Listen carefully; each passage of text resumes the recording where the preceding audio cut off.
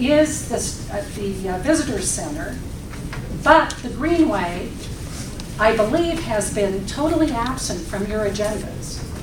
And why is that the case? And my ultimate goal and my ultimate plea for all of you elected officials, you have a fiduciary duty to your elected constituents, and I would say even to the broader region, to foster communication and to make decisions that assure this region that it will be safe and to avoid operating in a reckless manner. I would really encourage you to take those responsibilities seriously. Thank you. And I'll wait for comments until we finish with the other comments. Next, please. Hi, my name is Gail Biggs, and I am very concerned about the plutonium-239 that exists out at Rocky Flats. About 2.5 decades ago, the Health Department did a study that showed that the airborne emissions from Rocky Flats were the major concern, and that that's what they should be focusing on. Yet neither CDPHE nor EPA have any airborne standards for Rocky Flats. And when plutonium-239 is breathed into the body, and they're almost all small particles, breathable particles, it stays in your body for the rest of your life.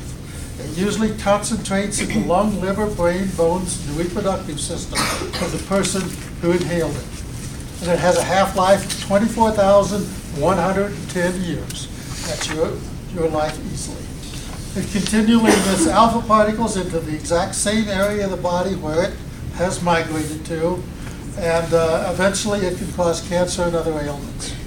I have seen estimates where a tablespoon of plutonium equally spread over Rocky Flats, or over Denver, could eventually kill every person in Denver. That's how dangerous it is. It's almost, it is also one of the most toxic metals known. Current EPA monitoring devices measure surface water runoff from Rocky Flats, not airborne. And I have included on page 2 of this document the last 10 years of measurements that they've measured of the runoff from Rocky Flats. You'll notice that the little dark triangular items show where there were measurements. If it was 0, there was no measurement. You can see for the last 10 years, it's not missed one measurement of having plutonium-239 in it. That says to me that if they're measuring runoff surface water from Rocky Flats, then there's got to be plutonium-239 on the surface of Rocky Flats, because it's measured by them. It shows that. And I guess I'm very concerned that Fish and Wildlife now wants to let the public out on the site, and in fact I understand they've already done some tours, and put it also as a family picnic area, where little kids are now going to play around on this ground with the plutonium in it and breathe some of it. I'm worried that they may never finish college before they then get cancer and die too. So that to me is a major concern. One other quick comment on the uranium being mostly background out at Rocky Flats. I went to a meeting last week, and I told that the big concern was a source that was, major source that was only 5 miles away. The only source I know of that's 5 miles away from there is the Swartzwelder uranium mine, which is to the south and a little west of the site, and that's in a separate canyon with a divider between it, a natural divider between it and the Rocky Flats site. All of the runoff from that goes down the stream to the east and south, not towards Rocky Flats. The airflow is, local airflows goes down that canyon as well to the east and south, not towards Rocky Flats. I asked if there had been any studies done that showed that the background of uranium was this high and had that same relationship at Rocky Flats, and I was told, well, no, there's been no scientific studies done. So where that number comes from, I don't know. Thank you. Thank you. Is there anyone else who wants to speak at this time? Mr. Ziegler? Yes, I have discussed this continuously last year and addressed the same issues. We focused primarily on plutonium or radiological contamination on the plant site. Now, most people that attend the meetings have not had the opportunity to have hands-on at Rocky Flats. And in the past, if you look for the contamination in the right areas, you'll certainly expose that these issues exist. There is contamination in the soil. Now, I've commented many times, we need complementary soil sampling, and just what we're referring to on our comments, there's airborne contamination that exists on the plant site, and it is not only radiological. Beryllium is one of the major contributors to health effects today. Any airborne contamination through the disturbance of the soil out there, whether it be reconfiguring the land that's going on for the last 20 years, berms, you can go on, and it's disturbing the soil, mixing it up, it gets airborne, and it is a serious thing to look at that aspect of soil sampling. There's no reason to resist soil sampling if you know the contamination is in the soil. We need to know just what the total contamination exists on the plant site. It's not a safe area for anybody to visit the plant site at this time or any time in the future. Thank you. Thank you. Is there anyone else who wants to speak? Okay, so I'll close the public hearing for this period. Is there any of the board who wants to respond or have a comment? So, Ms. Pennington, I want to just bring to your attention last month under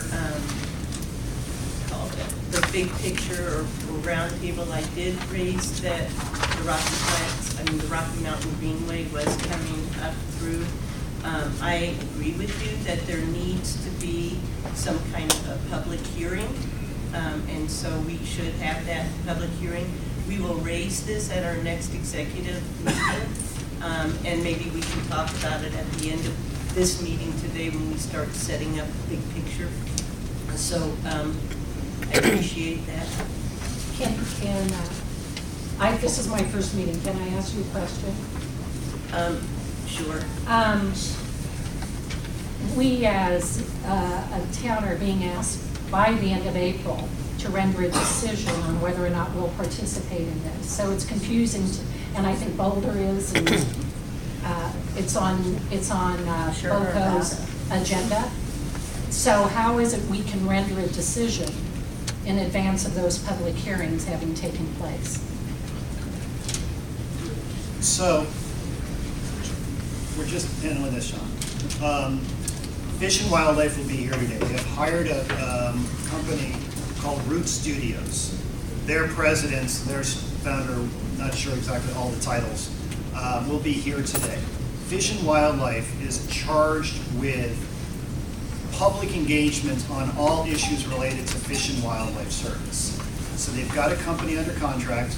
They will start that process. I don't have a clue what they're planning, but you will be able to, when they get here today, during their presentation, I've been told one of the things that they're going to do is to essentially answer your question.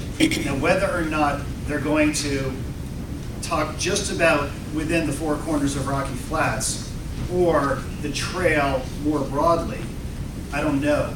But perfect day to come, because not only will the regional or the refuge manager come here, but also their consultants on those questions will be here as well. Mr. Lipsky? Councilwoman Marzell, I just wanted to point out that the application deadline is May 21st of 2016 for the FLAP grant. So time is of the essence. So I echo what Trustee Pennington just asked.